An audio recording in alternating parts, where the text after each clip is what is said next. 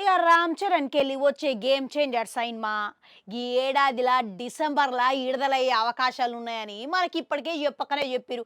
కానీ ఇప్పటి వరకు అసలైన తేదీ విడుదలకు గాను ఎటువంటి స్పష్టత రాలేదు మన 'దిల్ రాజు' కాంపౌండ్‌లోకెళ్ళి.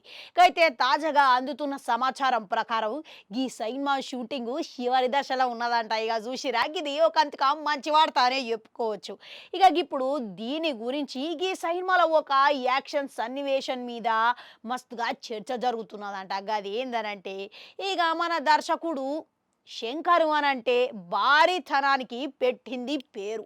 ఇక గసువంటి శంకర్ దర్శకత్వల 'గేమ్ చేంజర్' రూపొందుతున్నదంటే గంతకు మించి అనే స్థాయిలో ఉండటం ఖాయం అనే మాట అయితే వినబడుతున్నది. ఇక దీంట్లో సినిమాల ఒక యాక్షన్ సన్నివేశం కోసం అని చెప్పేసి అక్షరాల 15,00,00,000 ఖర్చు పెట్టి తీసిర్రంట.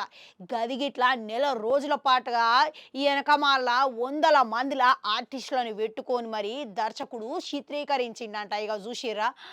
వాయమ్మని 15,00,00,000 అంటే ఆషామాషా ఏంది? ఇక చూసిర్రు కదా ఎన్ని వేల కోట్లను సినిమా మీద గుమ్మరిస్తుర్రో అనేది.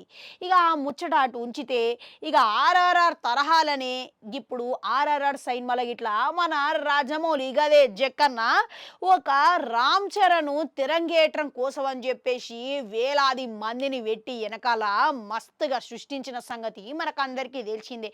ఇక గది గిట్ల జనాలందరూ చూసి ఒక్కసారిగా అవాక్కైరు, నోరు ఎల్లబెట్టుకొని చూసిరు. ఇప్పుడు అటు ఇటుగా 'గేమ్ చేంజర్'ల గిట్లా గదే స్థాయిలో 'ఆర్ఆర్ఆర్' తరహాల ఇప్పుడు ఈ యాక్షన్ సీక్వెన్స్ కోసం అని చెప్పేసి అక్షరాల 15,00,00,000 ఖర్చు పెట్టి వెనకాల 500 మంది ఆర్టిస్టులని జనాల్ని పెట్టి మరీ చిత్రీకరించిందని టాక్లు అయితే వినబడుతున్నది. ఇక మీకు గిట్లా ఏమనిపిస్తున్నది? ఇక ఈసారైనా దర్శకుడు అనుకున్నంత ప్రకారం బాక్సాఫీస్ దగ్గర విజయం సాధించడం ఖాయం అని అనిపిస్తున్నదా?